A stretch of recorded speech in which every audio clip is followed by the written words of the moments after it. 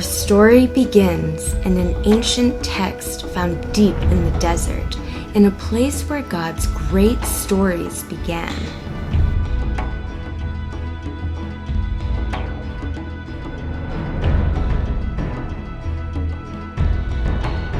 Moses, what are you doing with those scrolls? I am writing about the beginning, the great flood, our escape from Pharaoh, and the great city. Grandpa, we all know these great stories. No one will forget about God and all He's done. How can we forget how God created the moon, sun, and stars? Little one, our people need to hear these great stories over and over again. That is how God speaks to us and reminds us that He has reached down to us, and we no longer need to reach up on our own. There are so many stories of God's great love, stories that are filled with suspense, love, and drama. Ooh, tell me more. What is this rustling in the bushes?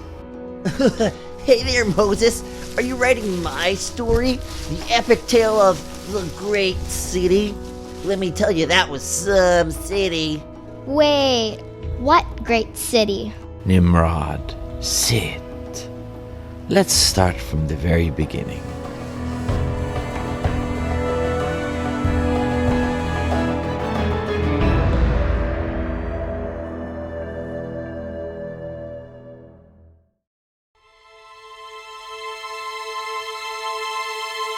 Here is how it all began. In the midst of the great void, God was there. His spirit hovered over the darkness and the face of the waters. Out of emptiness he spoke life into being. Let there be light. The seas, skies, and so much more.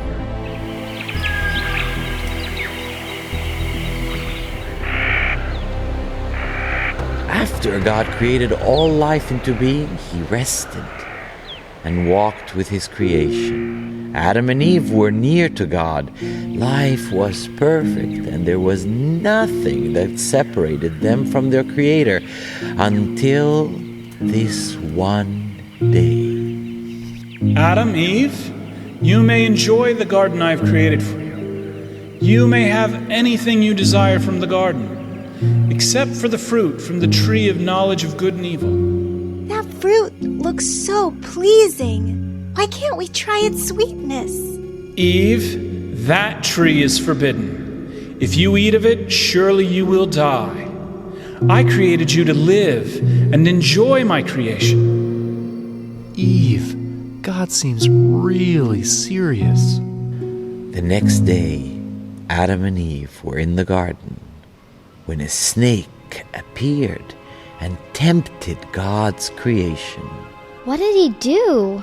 The serpent tricked them into eating fruit from the forbidden tree. Here is how it happened. Listen, Eve. God is lying to you. You will not die if you eat of the forbidden fruit. Wait, what do you mean? Instead, you will be just like God. You will know everything. You see, Mira, Adam and Eve were tempted not by the fruit, but by being just like God. You see, when they reached up, they had forgotten about God's faithfulness to them. Then God had to send them out of the garden. Adam and Eve, you must leave my garden and never return. I know if you stay, you will eat from the tree of life and be cursed forever. You must go. When Adam and Eve left, they must have been devastated. Yes, the earth would groan and never be the same. Life after the garden was lived in the barren desert, and soon Adam and Eve would have their own children. Hold on! When do we get to the great city? Mira, you're really gonna want to hear this one. It's so dramatic. So as I was saying before I was interrupted, Adam and Eve soon had their children, Cain and Abel, and they too were affected by the sadness that was let into the world. Eve, Cain seems to be angry with Abel all the time. Abel is so sweet and wonderful. I wish Cain were not so jealous. Lord, why does everyone favor Abel? Even you love his gifts more than mine. Soon, Cain grew more and more jealous of his brother and reached up to take control. Even though Cain had committed a terrible act, God sought out Cain as he did his parents, and he then spoke. Cain, I have seen what you have done. You must leave this land, but I will mark you so no one will hurt you.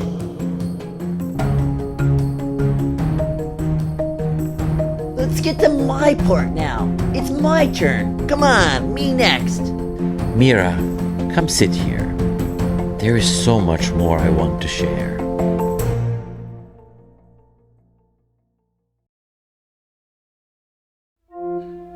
Soon after God had created all life into being, His creation continued to grow and reach up to be just like Him. Did I mention there were giants that roamed the earth?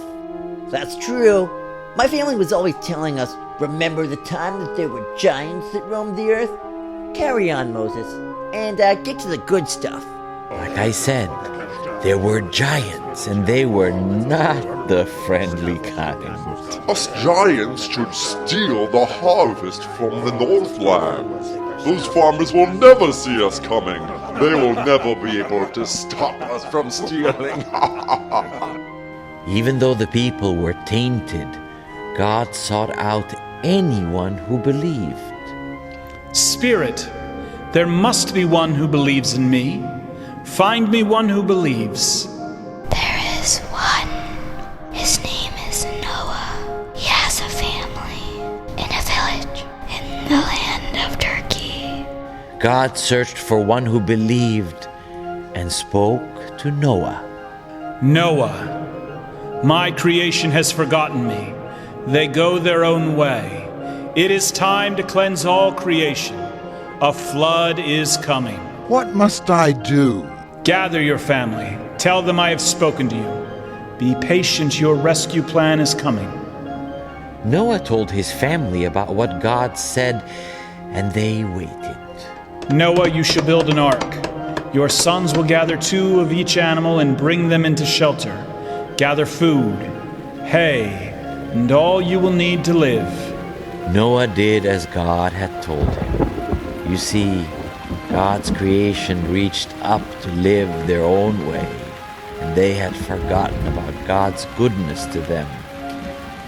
God flooded the earth for 40 days and 40 nights. Lord, we have been on your ark for 40 days.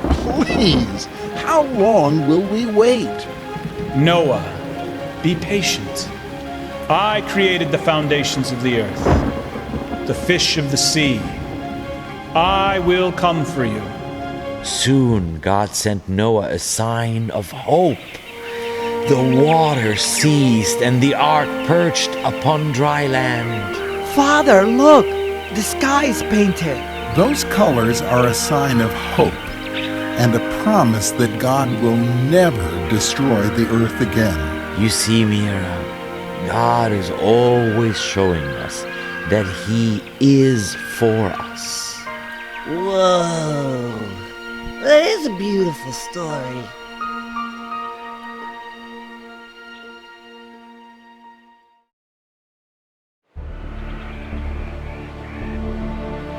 After the flood, God spoke to Noah's offspring. Yes, this is the good stuff. This is where I come in. Just like the beginning, God spoke to His creation and shared His plans with His people. All the lands are yours to explore and play. These lands were created for you to live. You can play here. You can swim here. You can climb here. The earth is for you to enjoy. Did you hear God? He said roam the earth. I don't know what's out there. What if it's dangerous? What if it's boring? I don't know about this whole roaming the earth thing. I, for one, will certainly not roam the earth. That sounds scary. What if I go somewhere and there are mosquitoes? Or I don't like the food? Thanks, but no thanks. Yeah, you're right. Why would we roam the earth? That sounds like a terrible plan. I am right.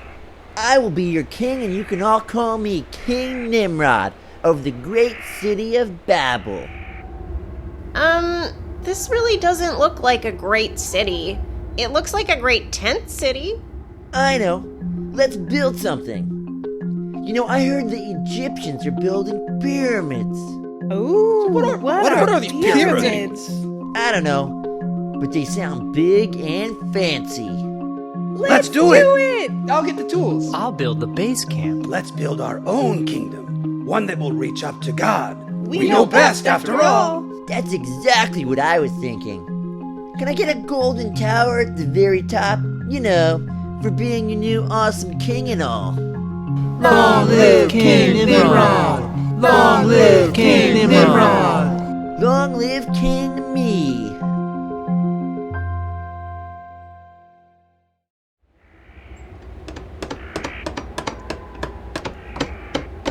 Nimrod and his people continued to build. Despite God's clear direction to move and spread throughout the earth. He wasn't that clear. When God speaks, He is very clear. I know. He spoke to me in a bush once. Okay. Here is how it all went. Hey, architect, get over here. I need to see the new blueprints of the towers. Nimrod, I have calculated that at the rate we are moving, we will reach the heavens by spring. Ah, beautiful. That's exactly what I like to hear. Now, can you add a golden tower to the tippy top? That's where I want to live. Whatever you like, Nimrod. God looked upon creation and saw that Nimrod and all humanity did not listen to him yet again. I have created all the lands of the earth. China, Mexico, Turkey, Iceland, Australia, India, Morocco. There are so many lands, animals, plants, and beauty to be shared. What was God thinking? Sending us out into the world, we are perfectly comfortable right here in Babel. But God saw that it was not good. You see, Mira, we can trust God and we don't need to reach up because He is already with us. Come on, Grandpa. What happened next? God's Spirit descended upon Babel and disrupted the people's plans, and there was great confusion. No le entendí. ¿Qué dices? ¿Qué dices? No le entendí.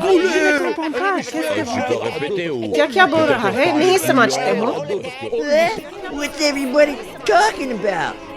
Get me my architect.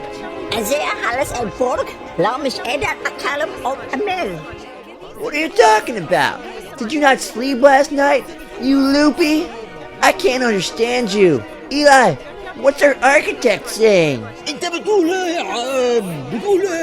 Eli, what are you saying? What is this, some kind of living dream?